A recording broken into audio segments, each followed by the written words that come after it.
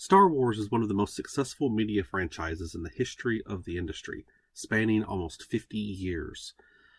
Throughout its history, the franchise can easily be divided into three eras. The original era, running from 1977 to 1998, and encompassing the original three movies and all the early expanded universe material. The prequel era, running from 1998 to 2012, and encompassing the prequel trilogy and later expanded universe material. And the Disney era, encompassing everything post-2012. Each era has its fans, even the Disney era, but one film has caught more flack and criticism than any other singular property, with the possible exception of the holiday special, but I contend that that film has been spared by the fact that few people are even aware of its existence. That film is the Phantom Menace. I get it. The movie has some problems. In all honesty, it was destined to be a disappointment. The public had been yearning for more Star Wars film content for 16 years, with the desire reaching a fever pitch in the time between the announcement and the release of The Phantom Menace. Everyone was expecting the movie to be everything they wanted, to satisfy every hope they had for a new Star Wars movie. Every character had to be perfect. Every plot point had to land exactly right. Every action scene had to be marvelously executed. In reality, this was an impossible standard for any movie to meet, and The Phantom Menace didn't meet it very well. My own history with Star Wars is probably not super unique. I became a fan on the tail end of the original era. I loved the original trilogy and became engrossed in the expanded universe leading up to the release of The Phantom Menace. I was 10 years old when it was released, and I really liked it, completely unaware of the general level of criticism the movie had received. I eagerly awaited the release of Attack of the Clones and Revenge of the Sith, as well as devouring the new era of the expanded universe opened up by the movies. I enjoyed the prequels until I was recommended a certain video by Red Letter Media. The Plinkett review of Phantom Menace is one of the most famous reviews on the internet. I was shocked as I made my way through the video. He made good points, bringing up all the shortcomings of the film. The boring story, the horrible child actors, and the issue with Jar Jar became so very obvious after watching the review. The Phantom Menace was a bad movie that demonstrated all of George Lucas's problems as a filmmaker. The subsequent reviews for Clones and Revenge highlighted the fact even more thoroughly. George Lucas was a hack who got lucky when others did the work he eventually got credit for with the original trilogy. This was further solidified with the Star Wars was saved in the edit video that has become well known. Star Wars was only successful because of other people. I continued on over the next 10 years or so with this opinion. When my children reached the proper age, I introduced them to the original trilogy and only let them watch those three movies. They would garner an appreciation for the best movies before seeing the others. It was at this point a couple of years ago that I encountered a new set of reviews of the prequel movies, particularly those of Mahler from EFAP and Ryan Kennel of RK Outpost. Mahler is well known for his meticulous attention to detail when breaking down film, and Ryan is a Star Wars fan on an entirely different level from the average fan. Surely these two would have some word of criticism to go along with all I had heard and come to believe. Surely they would eviscerate these movies. To my complete shock, they didn't think the movies were horrible. Even more than that, they actually liked them. This was a surprise, to say the least. I listened to their reasoning and found that some of it made sense. Perhaps I had been mistaken this entire time. Maybe the movies were better than I had come to believe. I realized this yo-yoing based from the opinions of others is not the best position to find oneself in, but I couldn't help it. I was young when I first watched the Plinkett review, still figuring out how to evaluate movies. I had grown in my opinions and ability to weigh things by the time I saw Mahler and Ryan's explanations. When the 25th anniversary of The Phantom Menace approached, Disney released the movie in theaters, and I decided to take my children to see it so they could see a Star Wars movie on the big screen. I decided to go into the movie with fresh eyes and evaluate it on its own merit and not based on anything I'd seen from anyone else. About 2/3 of the way through the movie, I thought to myself, why did I dislike this movie so much? I actually liked it. It has its problems for sure, but it's not nearly the incomprehensible mess many have made it out to be. Here are my thoughts. A lot has been made about the overall story of The Phantom Menace, about how a film that is ostensibly made for children has a plot containing political maneuvering. This is an understandable criticism. There is a significant amount of sitting in large senatorial meetings and discussing committees and commissions. However, the same thing could be said for the original trilogy. There is significant time spent calmly talking about government functions, mining facility procedures, and about getting old. My aim is not to denigrate those scenes from the original trilogy. They're great scenes that accomplish what they are meant to accomplish, building the world and progressing the story. But indulge me for just a moment. In a movie that is chronicling the early stages of the downfall of a government, is it that surprising that some of the runtime was used to demonstrate some of the reasons why that government fell? When A New Hope debuted, we are treated to news that the Emperor has successfully dissolved the Imperial Senate. How did this happen? How did one man gain enough power to take over the government? The Phantom Menace gives us an example of the answer. The Republic grew to be so cumbersome and infected with apathy, malaise, and corruption. A corporate entity that had been given voting rights in the Senate invades another member of the Senate and occupies the entire planet. When the young, naive ruler of that planet goes to the Senate to beseech them for some reprisal against the aggressors, she is met with roadblocks, delays, and special interests, as Palpatine reveals the real power behind the Chancellor's office. This is completely ignoring the fact that the Republic has no military and would have had very few options to assist Naboo anyway. Behind the scenes, all these strings are being pulled by Darth Sidious. While the Jedi try to rescue the Queen and get her to Coruscant, Sidious dispatches his apprentice Darth Maul to track her down. After being forced to hide on Tatooine, they encounter a special little boy with a number of hidden talents. Through a confluence of events, the Jedi discover he has tremendous Force potential, leading Qui-Gon to believe he is the chosen one, the one who will bring balance to the Force. The Jedi refuse to train him, seeing his advanced age as a potential danger, and Qui-Gon chooses to train him himself. They accompany the Queen back to Naboo, square off against the Sith, and the Nubians are able to defeat the Trade Federation. Qui-Gon is killed by Maul, leaving Obi-Wan to train Anakin. Fairly simple, right? So what's the problem? As stated before, the plot has been called boring for children and out of place for Star Wars. I'm not sure where this criticism comes from. As a child of 10, I was never bored by the movie, even the senatorial debate sections. There was plenty of action, drama, and comedy to keep me entertained throughout the movie. On my recent rewatch, I found myself still interested in the unfolding story. My 10 and 7-year-old children loved the movie as well. And as for its place in Star Wars, political intrigue and maneuvering is a large part of Star Wars lore. The plight of Anakin Skywalker gives us an introduction to Darth Vader before he was Darth Vader, and begins laying the groundwork for his eventual fall. We see some of the inner workings of the Jedi Order and some of their rules and codes. Just as the Republic was dragged down by its corruption and inefficiency, we begin to see the undoing of the Jedi Order. It is beholden to its rules, to its own detriment. A child has been brought to them with Force potential above any other Jedi, including Yoda. He fits the profile of a foretold savior, and they are not willing to give him the proper training that would ensure he remain in the light.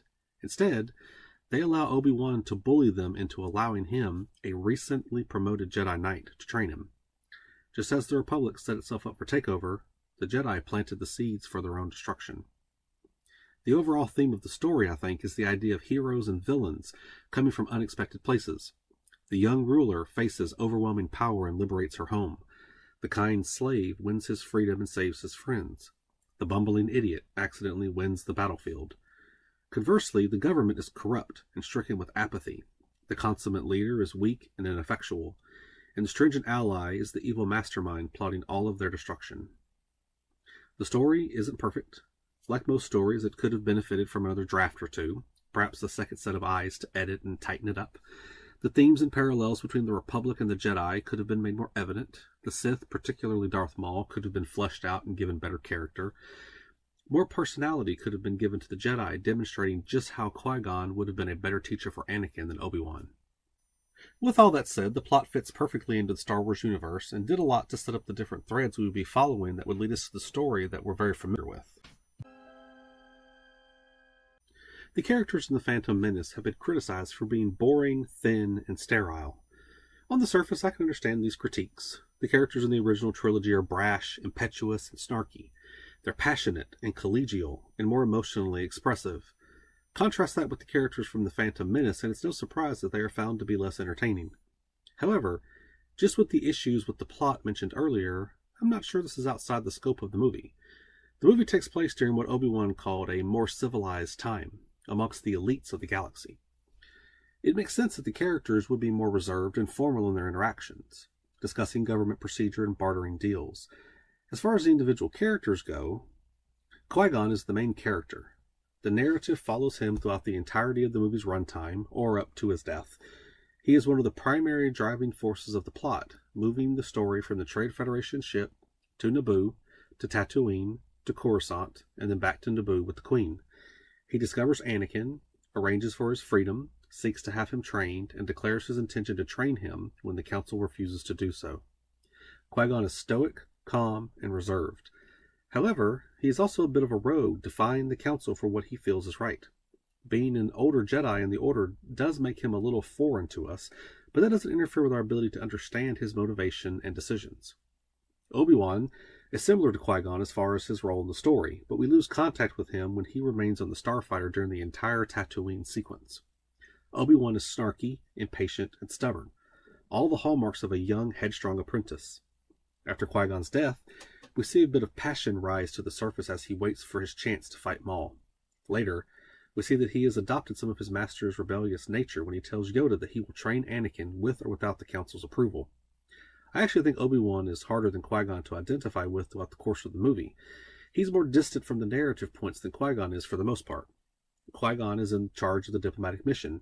He is the driving force behind taking Anakin from Tatooine despite Obi-Wan's objections, and he cautions Qui-Gon from defying the Council. If we are meant to identify with Qui-Gon, Obi-Wan will naturally be seen as an antagonistic towards his goals. Amidala is the heroine of our story, a young queen thrust into galactic conflict when the Trade Federation invades the planet Naboo. Amidala, little more than a child, does her best to project strength during this trying time. Darth Sidious believes Amidala will buckle under the pressure of the invasion, stating as much when she chooses to return to Naboo to liberate the planet herself. But she remains strong and resolute, refusing to capitulate and succeeding in her liberation efforts. Padme, Amidala's secret identity, is more personable than her queenly persona, expressing her dissatisfaction over Obi-Wan's risky decisions and her affection for Anakin. Amidala is brave, loyal, and amicable. Anakin Skywalker comes into the story about halfway through, introduced to us as a young slave belonging to junk dealer Watto. Anakin is kind and compassionate, looking out for the well-being of the strangers who came to his owner's shop. He takes a liking to Padme immediately and offers to help the travelers when trouble comes their way, demonstrating his love for others. His nature is further corroborated by his mother's comments, setting up a stark contrast to the man we know he will become. We are obviously meant to look at this kind, caring little boy who doesn't want to leave his mother and cowers in the corner of a spaceship because space is cold and vast, and then compare it with the ruthless, menacing enforcer of the Empire that we know from the original trilogy. Jake Lloyd's acting is not Academy-worthy, but I also don't think it's nearly as bad as it's been made out to be. During my recent rewatch, I found myself waiting for the really cringe dialogue delivery I remembered, but it never came. There are several other characters that we get very little interaction with or just plainly have no characterization outside of allegiance attributes. Senator Palpatine is the consummate, caring politician, telling Amidala the hard truth about the decline of the Republic, promising alleviation if he can just get more power. Panaka is the staunch, irascible security chief who distrusts anything he feels might place his charge in any danger. Darth Maul has very little characterization at all, outside of evil Sith who hates the Jedi. He serves his purpose in the narrative well enough, that is, a challenge for our heroes to overcome, but it would have been nice to spend a little more time with him and learn something about him. The Neimoidians are much the same as Maul, only with cowardice and greed added into the mix. And that's all the major characters. Oh yeah. There is one other character. Jar Jar Binks is one of the most annoying characters ever put to film in the history of the industry. He has received near universal criticism, and deservedly so. He is an obnoxious personality, and I have no idea why George Lucas decided to create such a character. Okay, maybe that's not fair. George must have had some reason to want to put a character like Jar Jar in the movie. I don't know what the reason is, but I can venture a few guesses. First, there's the simple entertainment value. Most adults find Jar Jar to be annoying, but that's not the case for most children. I know when I first saw the movie at 10, I liked Jar Jar well enough, and liked him for a while afterwards. My wife, who is not the biggest Star Wars fan, lists The Phantom Menace as her favorite of the movies because of Jar Jar. Like him or not, the character does have some appeal to a select section of the audience. Second, Jar Jar falls right in line with the theme of the movie, heroes from unexpected places. Jar Jar is a buffoonish, clumsy clown who has been banished from his entire community. As he's wandering around the swamps of Naboo, he falls into a conflict he wants nothing to do with and frequently tries to escape. He bumbles around from one snafu to the other, usually causing more trouble than was there before he arrived. Still, when the time comes for Jar Jar to step up and take a risk to free his planet, he goes back to those who promised his execution upon his return to broker a deal between the Nubians and the Gungans. Further, he goes into battle against the Trade Federation army to serve as a distraction for the assault on the palace. Jar Jar becomes a reluctant hero throughout the movie. Finally, as Lucas said, Jar Jar is a key to all this. Jar Jar is an integral part of the film and pushes the plot forward even more than Qui-Gon. He's the one who bumbles into Qui-Gon and is rescued by the Jedi. He suggests taking them to the Gungan city, which gives them a faster way to get to the palace. After getting to Tatooine, it's Jar Jar's ineptitude that gets him in trouble with Sebulba, thereby catching Anakin's attention outside of Watto's shop. It's Jar Jar who plants the seed in Amidala's head about going to the Gungans and who brokers the deal with them. Jar Jar really is the key to everything. While I'm not the biggest fan of the character, I can appreciate the role he plays in the story and why Lucas decided to include him in the film. I'm including this as a catch-all category to include all the large set pieces and action sequences. I'm going to set aside the criticisms related to the heavy use of CGI. Yes, Lucas overused CGI in the production of the prequel trilogy. I don't think anyone will argue with that assertion. However, I don't believe anyone can evaluate a movie based solely on its effects. There are plenty of movies with a lot of practical effects that are garbage. I believe Lucas found an easier way to portray all the things he had in his head and went overboard on doing it. I won't fault him for swinging for the fences, and will evaluate the film based on the intentions, admitting that the use of CGI was too much. The movie has 3 bits of intense, non-lightsaber fights: the space battle above Naboo, the ground battle on Naboo, and the pod race on Tatooine. The shortest and least extensive of the 3 is the space battle above Naboo. It's visually competent, with the 2 sides easily distinguishable. The battle is one of 4 parts of the final sequence, a decision that Lucas himself seems to have realized was too much, and represents the Nubian attempt to neutralize the droid threat on the planet. The stakes are high and seem almost impossible, as the small handful of fighters head up to the Federation ship, and the droves of droid fighters exit to face them. The battle does not go well for a good portion of it, with the Nubians being unable to pierce the ship's shields and armor, and being overwhelmed by the superior Federation numbers. It is only Anakin's accidental entry into the battle that prevents it from ending in complete failure. This development is contrived and coincidental, but I see the parallel with Luke destroying the Death Star that Lucas was attempting to highlight.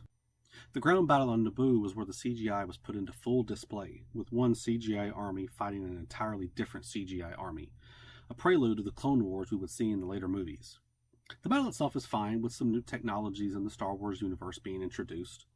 Jar Jar's role in the battle is fine until the end, when he accidentally releases a cart full of the electrical ball weapons. As ridiculous as the scene is, ask yourself this: is it really all that different than an Ewok leading all but one of the scout troopers away on a speeder bike? Or the ground battle for Naboo? I don't think so. In the end, the battle was meant as a distraction in the battle plan, and it was meant as a distraction in the movie. Finally, there was the pod race.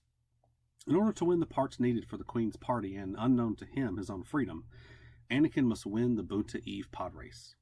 This becomes all the more tense when we learn that Anakin has never even finished a race, much less won one. Anakin pilots his pod through the dangerous track, dodging pitfalls and treacherous racers. Despite all the odds, Anakin is able to overcome everything stacked against him and wins the race. I'm not aware of anyone, even the most harsh critic of the movie, who didn't enjoy the pod race. I'm sure they exist, but I think they're extremely rare. It's fast-paced, exciting, and tense. As the race unfolds, we get several examples of just how dangerous this task is for Anakin, as several racers meet untimely ends. In addition to the natural dangers of the race, Sebulba outright kills some of his opponents and manages to sabotage Anakin's racer before the race.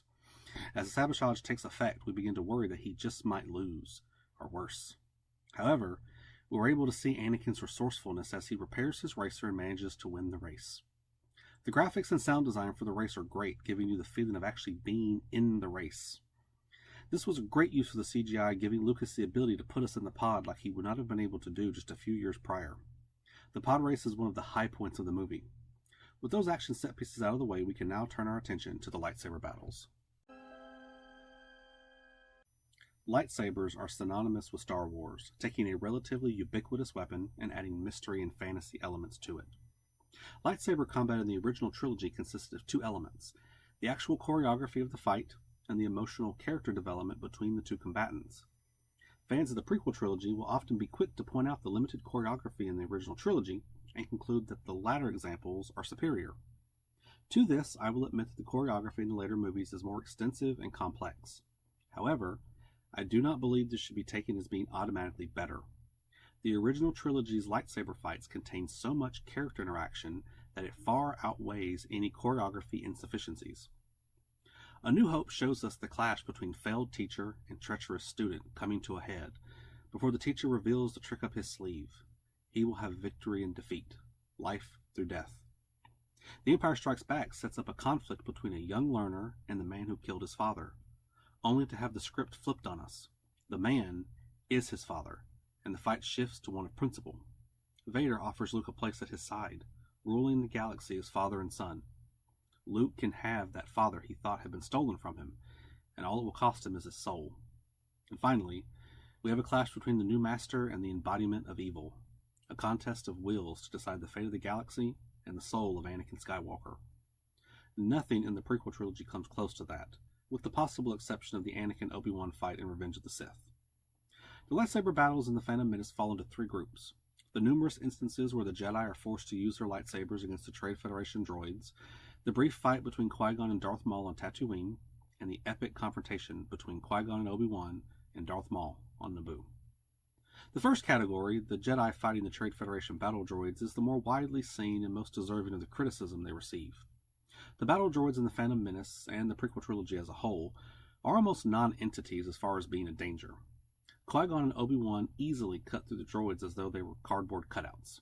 As Lucas himself said, What you don't realize is that these guys really are not very efficient. These things, Jedi cut them down like they're butter, and they really are pretty useless. this is not how you depict an enemy that is to be taken seriously.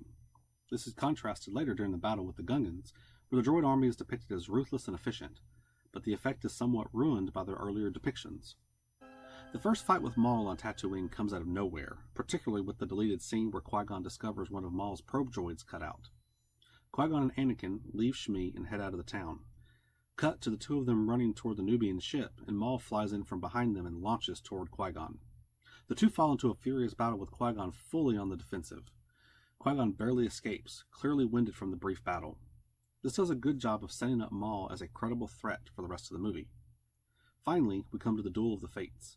As far as choreography goes, this fight is among the best in all of Star Wars. Darth Maul is like a machine, twirling his double-bladed lightsaber around in a flurry of strikes and parries. Qui-Gon and Obi-Wan are matching him blow for blow, but it is obvious the two warriors are at the edge of their abilities, requiring the two of them to match the ferocity of the Sith. When the two of them get separated, you almost get the sense that this will impact the end of the fight, and it does. Qui-Gon is forced to face the Sith alone, and it proves to be fatal. Obi-Wan is clearly angry at the death of his master. When the fight commences, Obi-Wan releases himself to his anger for a moment and gains the upper hand, demonstrating the allure of the dark side. He pulls back just long enough for Maul to knock him into the pit. It's only through his quick thinking that he is able to overcome his enemy. As I mentioned earlier, this fight does not have the emotional stakes of the fights that came before it. However, there is a sense of danger and enmity between the two sides, and there is more emotional weight between Obi-Wan and Maul after Qui-Gon's death. The choreography is great, but the lack of emotional stakes overall does bring the fight down a few notches. However, it does serve as an exciting finale to the movie, and the accompanying music is among the best produced for Star Wars. As I stated before, this movie was destined to disappoint. For the better part of 25 years, it has been maligned and critiqued to pieces, but I think a lot of that animosity has been misplaced. Careful consideration of the film shows that while flawed, it is an enjoyable chapter in the Star Wars saga. Many of those flaws were the result of trying to do too much or go too far with some things, be it plot lines or CGI usage. This isn't the best Star Wars movie, but it's definitely not the worst, and Disney's offerings have really helped put some distance between it and the bottom of the list. If you don't like The Phantom Menace and haven't watched it in a while, I highly recommend giving it another shot. If you do, go into it without any of your preconceived prejudice or thoughts about what the movie is or will be. You just might be surprised that that cringy, boring movie you remember never shows up. You just might find yourself enjoying it a little. Do you like The Phantom Menace? Do you hate it? Have you rewatched it recently? Let me know down below. Thanks for watching.